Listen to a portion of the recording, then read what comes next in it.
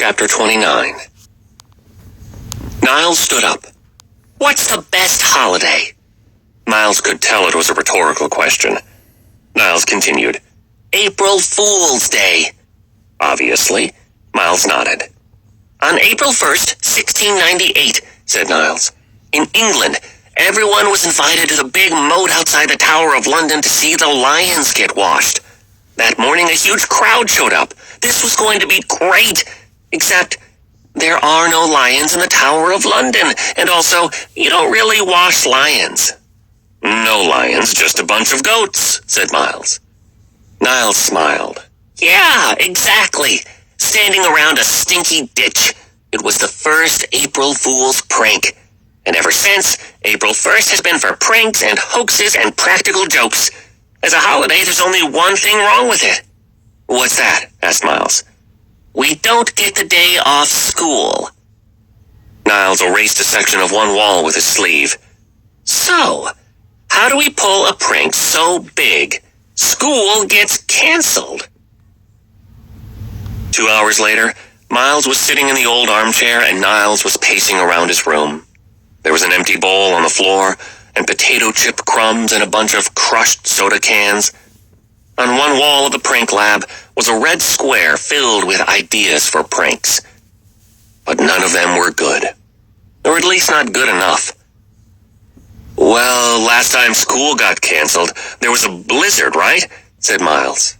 Maybe this is stupid, but is there any way we could control the weather? Niles thought for a while. No, he said. I heard they have machines that can do that in China, but I don't see how we could get our hands on one.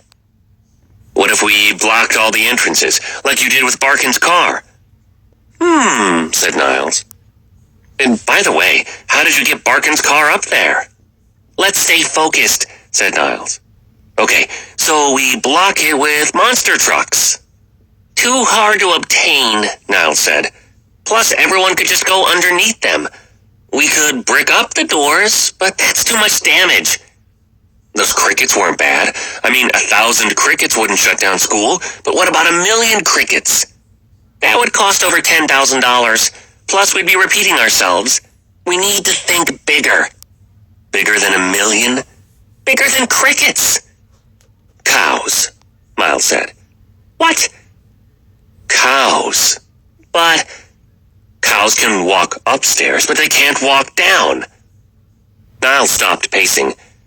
How do you know that? Miles unzipped his backpack and pulled out the very crumpled 1,346 Interesting Things You May or May Not Know About Cows booklet. Niles tossed Miles a piece of chalk. Let's figure this out.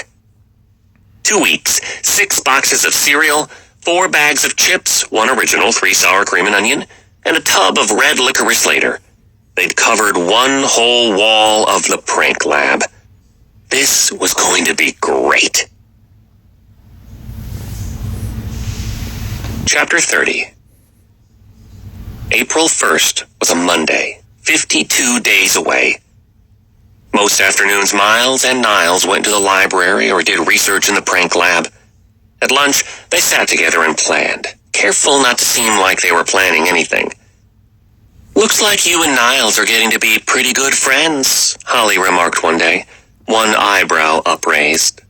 Yep, Miles said, because there was no better cover story than the truth. Holly raised her other eyebrow. When the snow melted, they put on puffy jackets and took tools into the forest by the lake.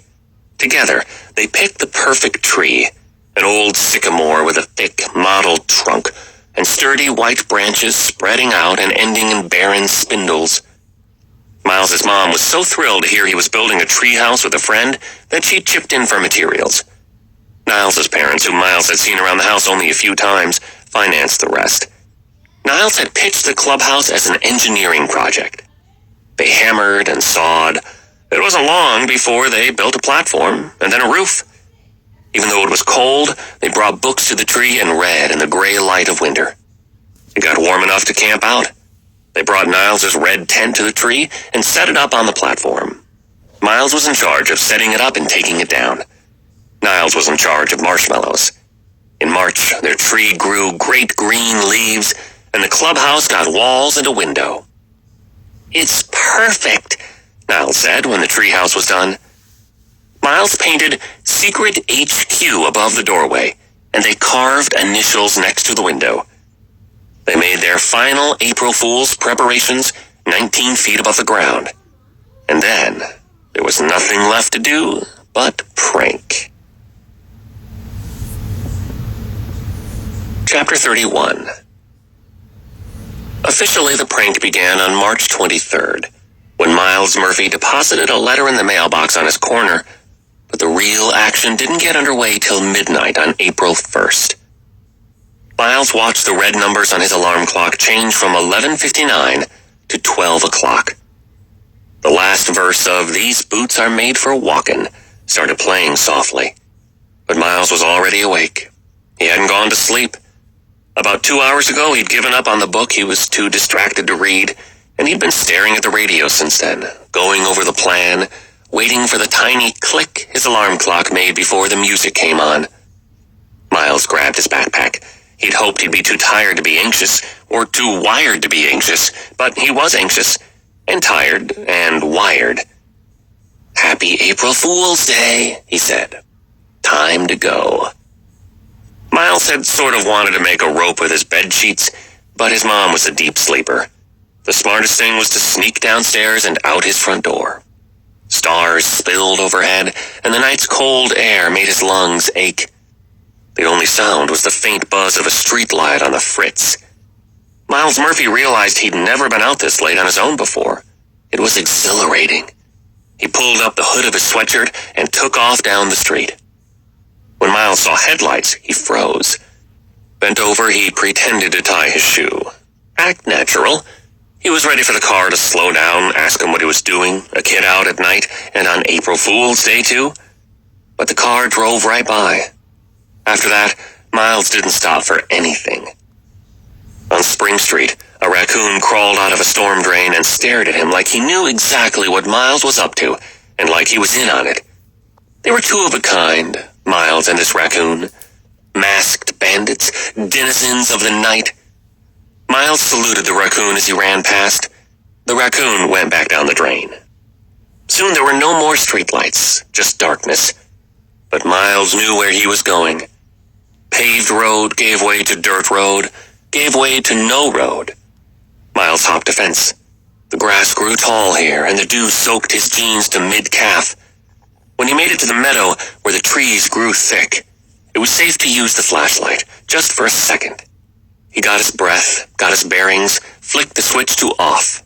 He had to move slower now, stepping carefully over roots and easing down gullies. Almost there. At the rendezvous point, he pressed a button on his watch, and the face lit up. 11 minutes early. He leaned against a maple tree and waited. A steady creaking came at 1 o'clock. It grew louder and stopped nearby. Miles flashed his light 3 times. 3 blinks answered. Niles pulled up on a bike, pulling Miles's wagon behind him. The wagon held a small bale of hay. "This thing feels heavier tonight," Niles said.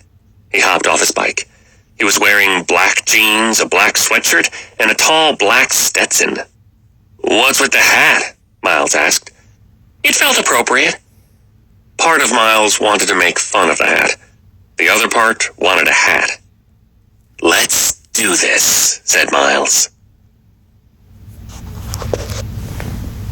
Chapter 32. Niles rubbed his hands together. He blew into his fists. It was the first time Miles had ever seen Niles nervous. Niles raised his hands to his mouth. His voice was startling in the blackness. "Hey, boss! Hey, boss! Up, up!" Nothing happened. That wasn't good. It's fine," Niles said. "Different farmers use different calls." "Okay," Miles said. Niles cried out again. "Sweet boss! Sweet boss!" Silence. A sheepish shrug from Niles. Miles chewed on his thumb. This part had not been his responsibility. Maybe it should have been. "I've got some more." Niles cleared his throat. "Come, boss! Come, boss!" Somewhere nearby, a cow mooed, and so did another cow, and another. The night was full of the moos of cows. The moos were nearby, and they were getting closer. "Come, boss," said Niles. "Moo," said the cows. "Ha ha," said Miles, except he didn't say it, he was actually laughing. A big cow-shaped shadow came over the hill, mooing and ringing. "Hey, bossy," said Niles. "She's got a bell around her neck. That's the lead cow." Now the cows came from all over, up from the gully, out from the trees. The meadow filled with one of Bob Barkin's dairy herds, perhaps wondering why this morning's milking was starting so early, but probably not. After all, they were cows. Bossy was getting close now, and some of the cows were beginning to fall in behind her. Niles clapped his hands. "Okay, let's go." Niles hopped on the bike. "Come, boss," he shouted. He reached back and threw a handful of hay in the direction of the approaching herd. Bossy scooped it up without stopping and kept moving toward Niles. Standing up on the pedals, Niles Sparks started to ride. Bossy followed the hay, and the cows followed Bossy.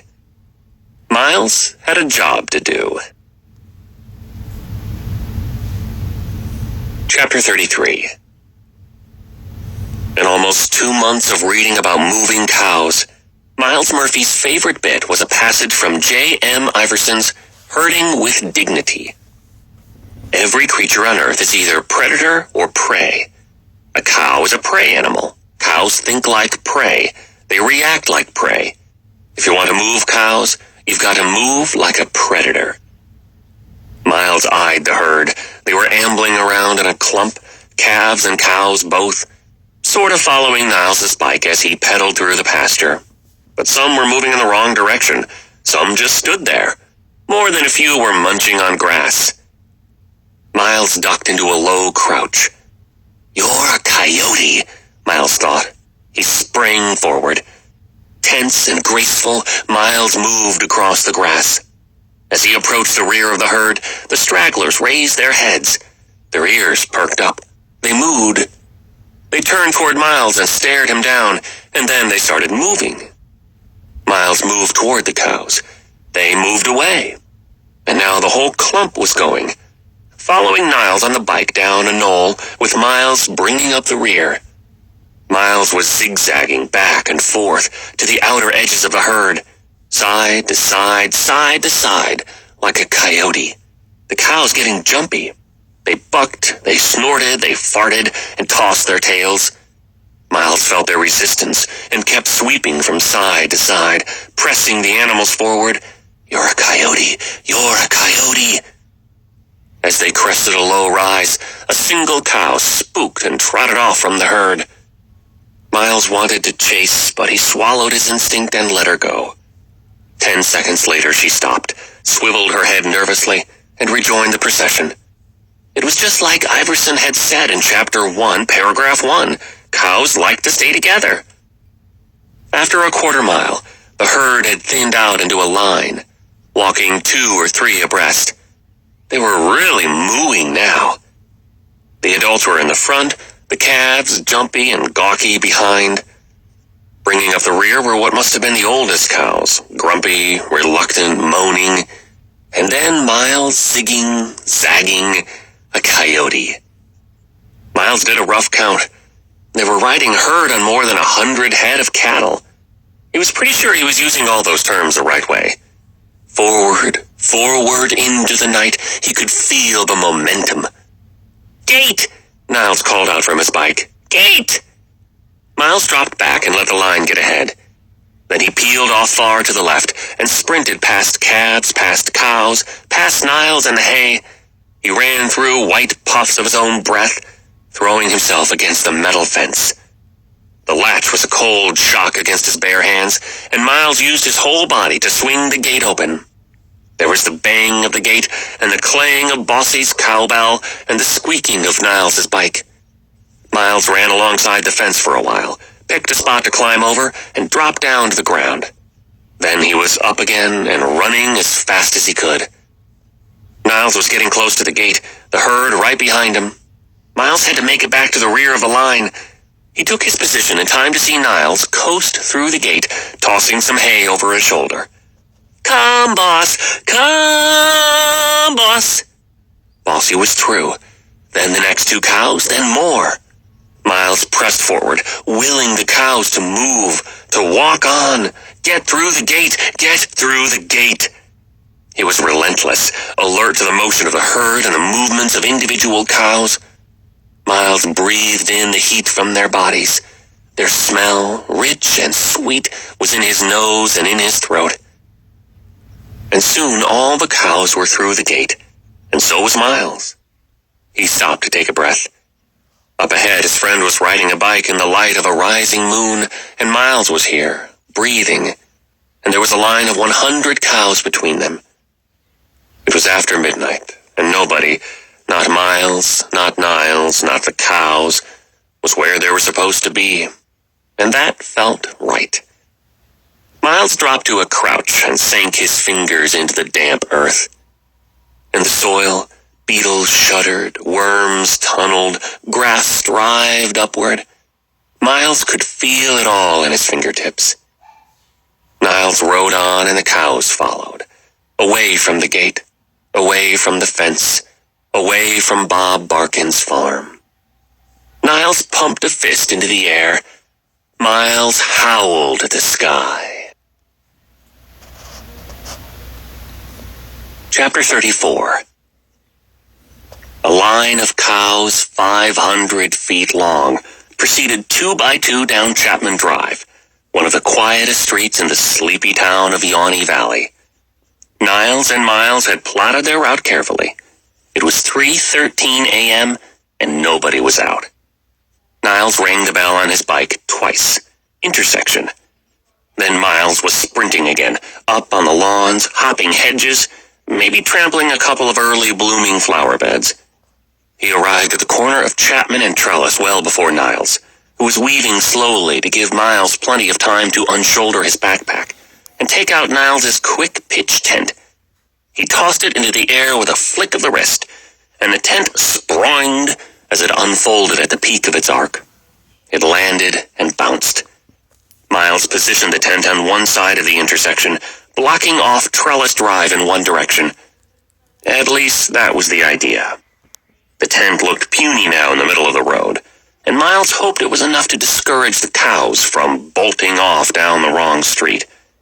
It would have to be. Miles took his position on the other side of Trellis. Niles cruised by, wearing a madman's grin. And then, the cows. They gave him placid looks, wild looks, accusing looks. The cows were close enough for Miles to touch, so he did. The cow flinched when Miles reached out and brushed his hand against her flank. Her hair was coarse and damp and warm. Miles put his hand to his nose. He smelled like an animal. It was the first time Miles had touched a cow.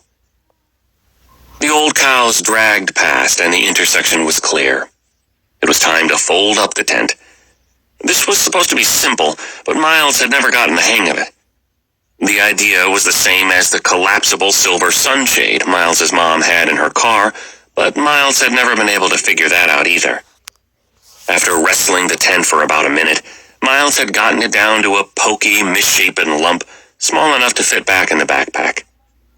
Miles took off down the road and caught up with the herd just in time to hear Niles ring his bell twice again. There were 6 more intersections on their path that night, and by the 4th, Miles was running down the street hugging the pitch tent in front of himself. He fumbled, he tripped, but they made it without losing a single cow. And by 3:56, they were making their way down Sunny Slope Road, the home stretch. 5 urgent rings from Niles's bell. They had company. At the head of the line, Niles was waving to a figure standing in the middle of a house's front lawn. As Miles got closer, he saw it was a man, an old man, wearing nothing but his boxer shorts. The man stood agog, watching the cows parade by his house. "If anyone sees us, and they probably won't," Niles had said back in the prank lab. "Just play it by ear. You're good in the moment." Miles tried to take a nervous gulp, but his throat was too tight. By the time he'd made it up to the man's mailbox, he still hadn't figured out what to say. It turned out the man wasn't wearing just boxers. He also had a terry cloth sweatband around his head. His white hair was uncombed and shone in the moonlight. They were so close. If this all fell apart now... "What are you doing in the middle of town with all these cows?" asked the man. "What are you doing out in your underwear at 4 a.m?" Miles replied. "Fair enough," said the man. And that was that. 8 minutes later, Niles led the cows up the driveway to Yawny Valley Science and Letters Academy. He leapt off his bike and dragged the wagon up the front steps, spilling hay as he went. The key ring Niles pulled out was so big, Miles could see it from the back of the herd. Niles fiddled with the lock and slipped inside. In less than 5 seconds, the front hall glowed yellow. Niles threw the doors open. Niles pitched some more hay onto the threshold. "Come, boss," he said, then disappeared inside, dragging the wagon behind him. Bossy sniffed the steps. She snorted and moaned. Then she took the steps in 2 clumsy hops. Her head was inside, then her withers, then her rump and her tail, and then the next cow. Miles pushed forward against the herd's misgivings, exerting steady pressure from behind. The cows disliked Miles more than they disliked stairs, and they loved moving together. It took only 6 minutes to get 107 cows through the front door of Yawny Valley Science and Letters Academy. When the last rump was through, Miles shut the door. He waited outside. Niles flipped off the lights and slammed the front door shut. "Happy April Fool's Day," he said. Miles and Niles collapsed on their backs on the school's wet grass. Miles held 2 fingers right up to the sky. "High five." Niles held up his 2. "High five." Then they laughed. And they laughed. Chapter 35. The Barkins' phone rang at 4:03 a.m. Principal Barkin picked it up and said, Okay, that's a crazy prank that they're pulling right there. That's pretty cool. A couple questions for you guys. What is the ultimate goal that both Niles and Miles are trying to achieve by pulling this stunt? Okay, do you think that they're going to be able to be successful at what they want to accomplish? Why or why not? Also, there's a word that they used in one of the pages in this chapter, and it was placid. What does it mean? Alright guys, I hope you're enjoying the story. Have a good day.